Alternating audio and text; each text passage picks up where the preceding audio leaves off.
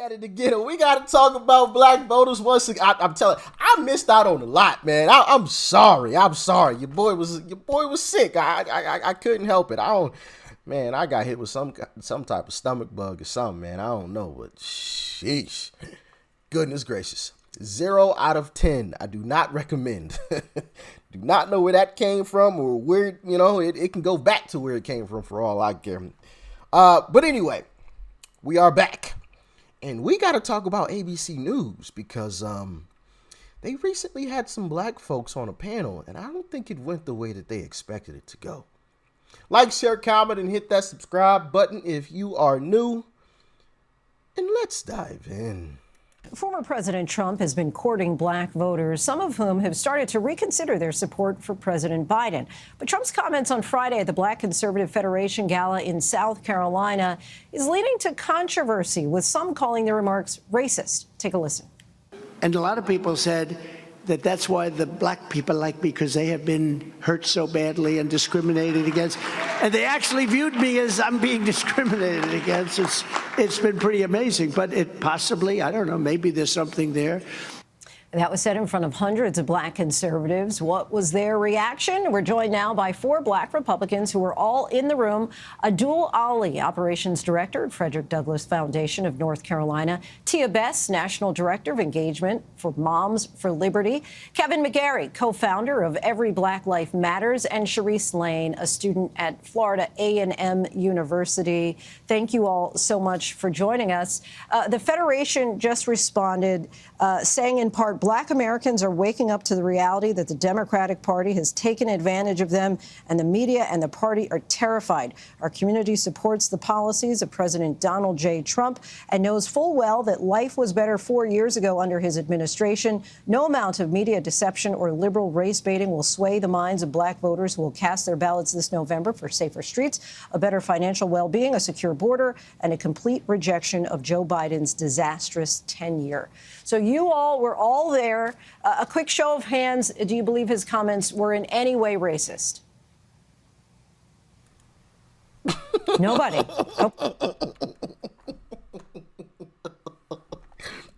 Isn't that hilarious? Like they try to drum up this, oh my goodness, he's so racist, this narrative, and you got 4 black people that were in attendance there. Nobody. Because it wasn't. It wasn't. Like, this stuff, man, it is so frustrating, man. It is so frustrating watching the media try to play this stupid game, right? This silly game. Oh, Trump bad, Trump racist. Look, guys, he racist. But they ignore everything that Biden has done. Completely ignore it. But once again, part of me is happy that this is happening because it's just destroying the media. It's just destroying the integrity, the trustworthiness of mainstream media. And at the end of the day, that helps me. You know what I'm saying? Like, hey, I'll take it. Okay, I will take it because mainstream media destroying themselves only, turns people off to tuning into mainstream media. Stuff like this turns people off. Like, just be honest. Just be honest. Call a spade a spade. It is what it is. Okay? That's not hard to do. That's not difficult to do. Like, I get we all have our biases, and I admittedly have mine, obviously, and I've admitted to that. Like, it's just flat out. Okay? But it's like mainstream media is allergic to just being honest. Just allergic to it. Like, I wouldn't have a problem, and we're going to get back to this video. I wouldn't have a problem with mainstream media, asking questions like she just asked, if they did the same thing to Joe Biden. If they called out Joe Biden on his racist comments, right? If they called out Joe Biden for calling LL Cool J boy. If they called out Joe Biden on mainstream media for saying, if you don't vote for me, then you ain't black. I'd have no issues. I would have 0 issues if they did that. And they asked these folks, oh, do you think Trump's comments were racist? I'd have no problem. Because I'm like, okay, well, this is just the way it is. But they don't. That is the problem. But let's get back into this video. Okay. Abdul, what were your thoughts that night when you heard these comments during the event? It's about time that somebody started telling the truth. I mean, he's only speaking to what some black folks have experienced for a very long time, which is a disastrous justice systems in many cases. And ultimately, we can all see this playing out right in front of our very eyes. I wasn't offended or didn't feel like anything he said was racist in any way. Former President Trump also made a statement about his mugshot taken as part of his Georgia case. Let's take a listen to that. And you know who embraced it more than anybody else? The black population. It's incredible. You see black people walking around with my mugshot. You know, they do shirts and they sell them for $19 a piece. Kevin, Tia, I want to bring you in here. Do you feel that that comment was in any way off color? Not at all. I mean, the reality is that, we see a president that has been prosecuted and persecuted.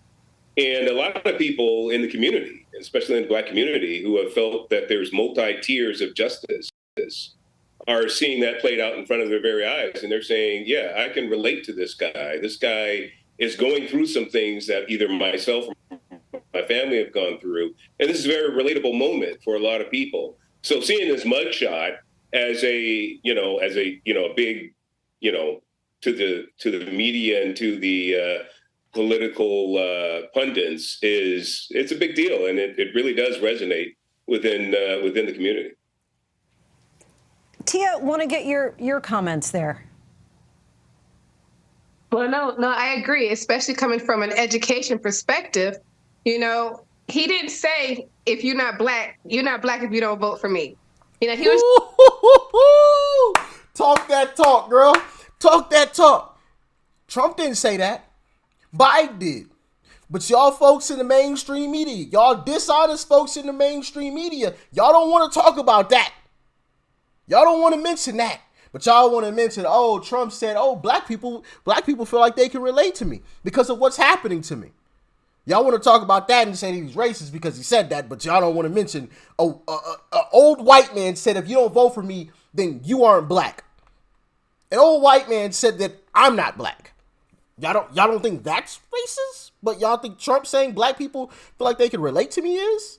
Like, make it make sense. It doesn't. That's the problem. Like, it's just crazy. just stating the truth, and that's what sometimes we need to hear.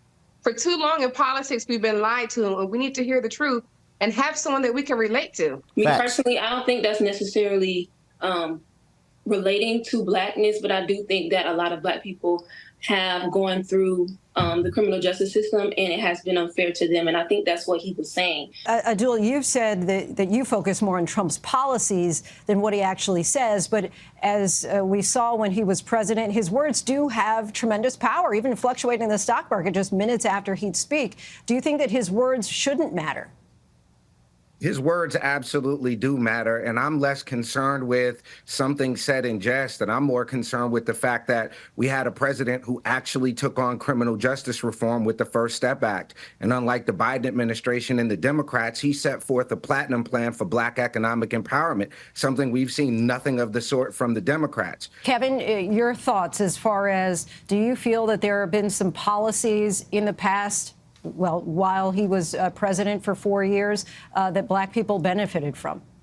Absolutely. And the number one policy, and the one policy I wish the mainstream media would cover, because it would give you a lot more credibility amongst your average folks, would be the policy that Joe Biden in his 1994 crime bill, when he says, look, we're going to get rid of these racial jungles. We're going to, basically target black and brown communities for a little $5 piece of crack. Going to send them to prison for 15 to life.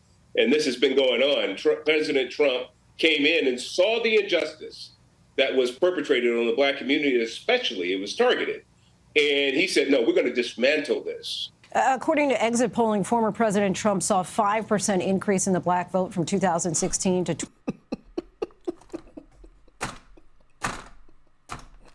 Notice she doesn't address any of this.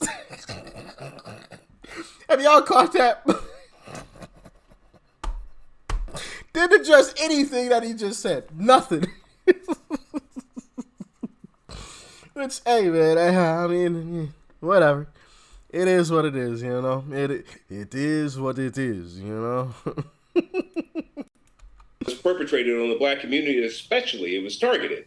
And he said, no, we're going to dismantle this. According to exit polling, former President Trump saw a 5% increase in the black vote from 2016 to 2020. Tia, I want to bring you back in here. What do you think is driving this increase? What specific Trump policies do you feel have helped black Americans?